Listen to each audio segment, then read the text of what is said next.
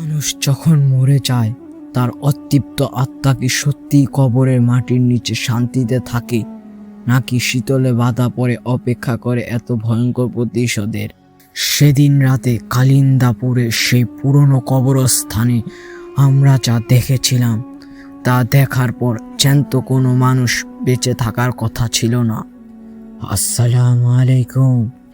আজকের এফএম ভিডিওতে আপনাদের স্বাগতম।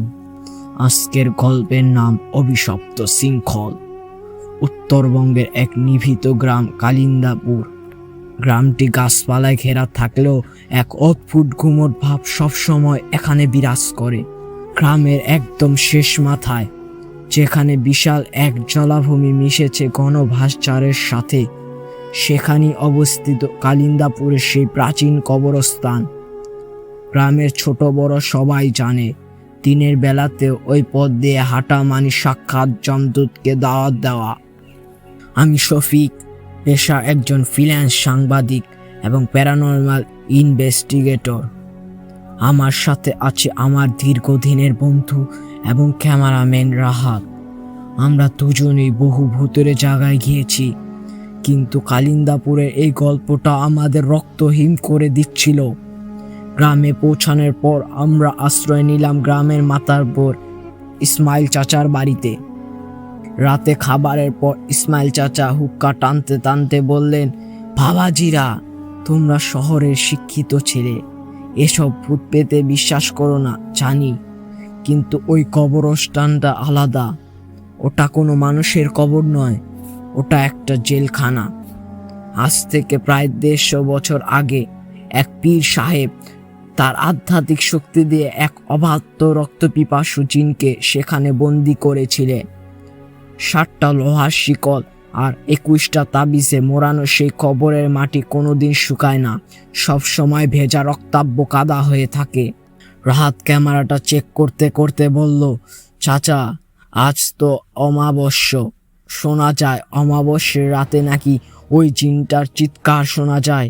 ইসমাইল চাচা জানলার বাইরের অন্ধকারের দিকে তাকিয়ে দীর্ঘশ্বাস ফেলে বললেন, শুধু চিৎকার না রে ভাব, মাঝে মাঝে কবরের ভেতর থেকে শিকলের ঝনঝনানি শোনা যায়।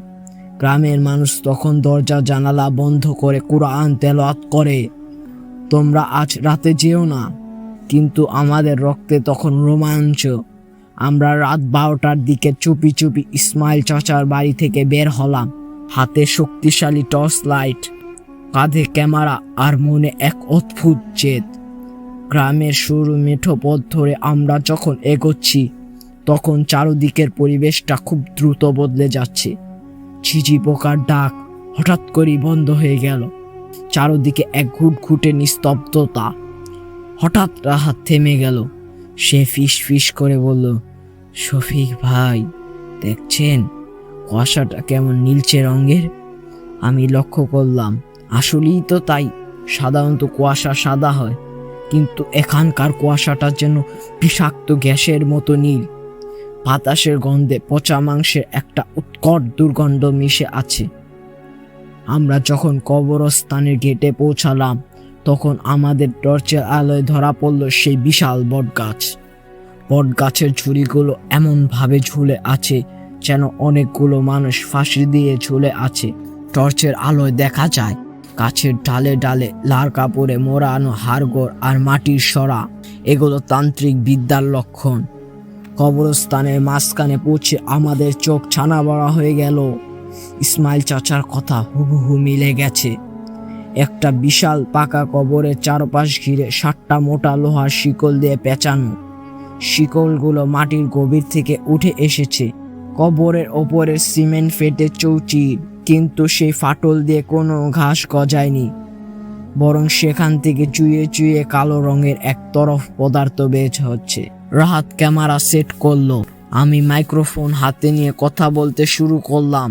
ঠিক তখনই প্রথমবার আমরা শব্দটা শুনলাম, ক্ল্যাং ক্ল্যাং ক্ল্যাং, শিকলের শব্দ।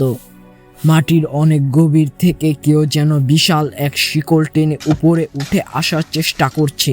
রাহাতের হাত কাঁপছিল। সে বলল, শফিক ভাই, চলুন ফিরে যাই। ক্যামেরার রেকর্ডিংয়ে অদ্ভুত কিছু শব্দ আসছে, যা আমরা শুনতে পাচ্ছি না। আমি জেদ করলাম। আমি আমার ব্যাগ থেকে একটা ছোট কোদাল বের করলাম। আমি দেখতে চাই এই শিকলগুলো কোথায় শেষ হয়েছে। আমি যখন শিকলের পাশে মাটি খুঁড়তে শুরু করলাম, তখন আকাশটা হঠাৎ কালো হয়ে গেল। কোনো মেঘ ছাড়াই শুরু হলো বজ্রপাত। মাটি খুঁড়তে খুঁড়তে আমি প্রায় 3 ফুট নিচে চলে গেলাম। হঠাৎ আমার কোদাল একটা শক্ত কিছুতে ধাক্কা খেলো। টর্চের আলো ফেলে দেখলাম ওটা কোনো পাথর নয়, বরং একটা মানুষের খুলি। কিন্তু খুলিটা সাধারণ মানুষের চেয়ে অনেক বড় এবং তার কপালে একটা অদ্ভুত চিহ্ন আঁকা। সেই মুহূর্তে আমি সবচেয়ে বড় ভুলটা করলাম। আমি সেই খুলিটা হাত দিয়ে স্পর্শ করলাম।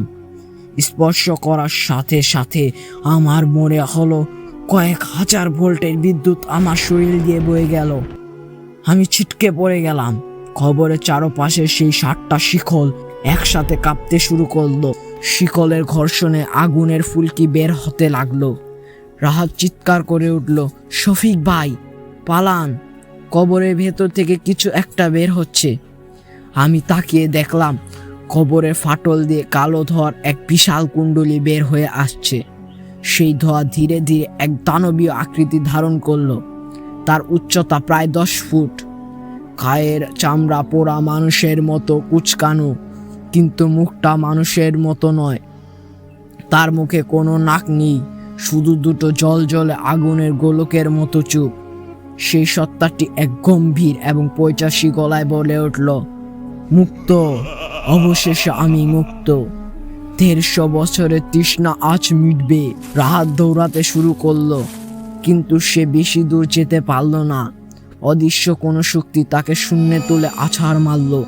তার ক্যামেরাটা চুরমার হয়ে গেল। আমি কোনো মতে উঠে দাঁড়িয়ে আয়তাল কুরসি পড়তে শুরু করলাম, কিন্তু আমার গলার স্বর যেন আটকে আসছিল। মনে হচ্ছিল আমার গলা কেউ টিপে ধরেছে। সেই দানবটি আমার দিকে এগোতে লাগলো। তার প্রতিটি পদক্ষেপে মাটি কেঁপে উঠছিল। সে তার দীর্ঘ নখযুক্ত হাত বাড়ালো আমার দিকে। আমি অনুভব করলাম আমার শরীরে রক্ত হিম হয়ে যাচ্ছে। ঠিক সেই সময় কবরস্থানের এক কোণ থেকে এক বৃদ্ধ তান্ত্রিকের উদয় হলো। তার হাতে ছিল একটা পিতলের থালা, আর তাতে কিছু জ্বলন্ত কয়লা। তান্ত্রিক চিৎকার করে বললেন, মূর্খ ছেলে, তুই কি সর্বনাশ করলি? একে বন্দি করে রাখতে কত প্রাণ গেছে তুই জানিস না? তান্ত্রিক তার ঝুলিতে থাকা কিছু মন্ত্রপুত সরিষা দানবের দিকে ছুঁড়ে মারলেন। দানবটি যন্ত্রণায় চিৎকার করে উঠল। সেই চিৎকার যেন কানের পর্দা ফাটিয়ে দিচ্ছিল। তান্ত্রিক আমাকে ইশারা করলেন রাহাতকে নিয়ে পালিয়ে যাওয়ার জন্য। আমি রাহাতকে কাঁধে তুলে নিয়ে রাস্তাহীনভাবে জ্ঞানশূন্য হয়ে দৌড়াতে শুরু করলাম। পেছনে শুনতে পাচ্ছিলাম তান্ত্রিক আর সেই দানবের মরণপণ লড়াইয়ের শব্দ। আকাশ ফেটে বৃষ্টি নামলো, কিন্তু সেই বৃষ্টি ছিল রক্তের মতো লাল। আমরা যখন গ্রামে পৌঁছালাম তখন আমি জ্ঞান হারিয়ে ফেলি। পরদিন সকালে যখন আমার জ্ঞান ফিরল, আমি নিজেকে ইসমাইল চাচার ঘরে আবিষ্কার করলাম। গ্রামের মানুষ সবাই জড়ো হয়েছে, তাদের চোখে মুখে আতঙ্ক। ইসমাইল চাচা বললেন, কাল রাতে সেই তান্ত্রিক নিজেকে উৎসর্গ করেছেন। তিনি আবার সেই জিনকে কবরে বন্দি করতে পেরেছেন, কিন্তু নিজের প্রাণ দিয়েছেন। তবে শোনো শফিক, তুমি যে শিকলটা আলগা করেছো তা আর কোনোদিন জোড়া লাগবে না। প্রতি অমাবস্যা এই গ্রাম এখন একটা করে বলি চাইবে। আমি আর রাহাত সেই গ্রাম থেকে পালিয়ে আসি, কিন্তু আমাদের জীবন আর আগের মতো নেই। রাত এখন আর কথা বলতে পারে না, সারাদিন শুধু দেয়ালের দিকে তাকিয়ে থাকে আর বিড়বিড় করে কি যেন বলে। আর আমি যখনই চোখ বন্ধ করি দেখতে পাই সেই 7টা শিকল আমার দিকে এগিয়ে আসছে। সবচেয়ে ভয়ঙ্কর ব্যাপার হলো, আজ সকালে আমি যখন আয়নায় তাকালাম, দেখলাম আমার কপালে সেই খুলির ওপর থাকা সেই অদ্ভুত চিহ্নটা স্পষ্ট হয়ে উঠেছে। আমি জানি সে আমাকে খুঁজে নিয়েছে। সেই কবরের বন্দি জিন এখন আমার ভেতরই বাসা বেঁধেছে। বন্ধুরা, এই ছিল কালিন্দীপুরের সেই ভয়ঙ্কর কাহিনী। ইউটিউবে আপনারা অনেকেই এই ভিডিও লিঙ্ক থেকে গল্পটি শুনেছেন, কিন্তু মনে রাখবেন, সব গল্প শুধু গল্প নয়, কিছু সত্য আমাদের কল্পনার চেয়েও ভয়ঙ্কর। যদি কখনো কোনো পুরনো কবরস্থানে যান এবং দেখেন সেখানে শিকল দিয়ে কিছু বাঁধা আছে, তবে ভুলেও সেখানে হাত দিবেন না, কারণ কিছু জিনিস বন্দি থাকায় পৃথিবীর জন্য মঙ্গল। আসসালামু আলাইকুম। আজকের মতো বিদায়। নতুন কোনো FM রেডিও শুনতে আমার চ্যানেলটি সাবস্ক্রাইব করুন।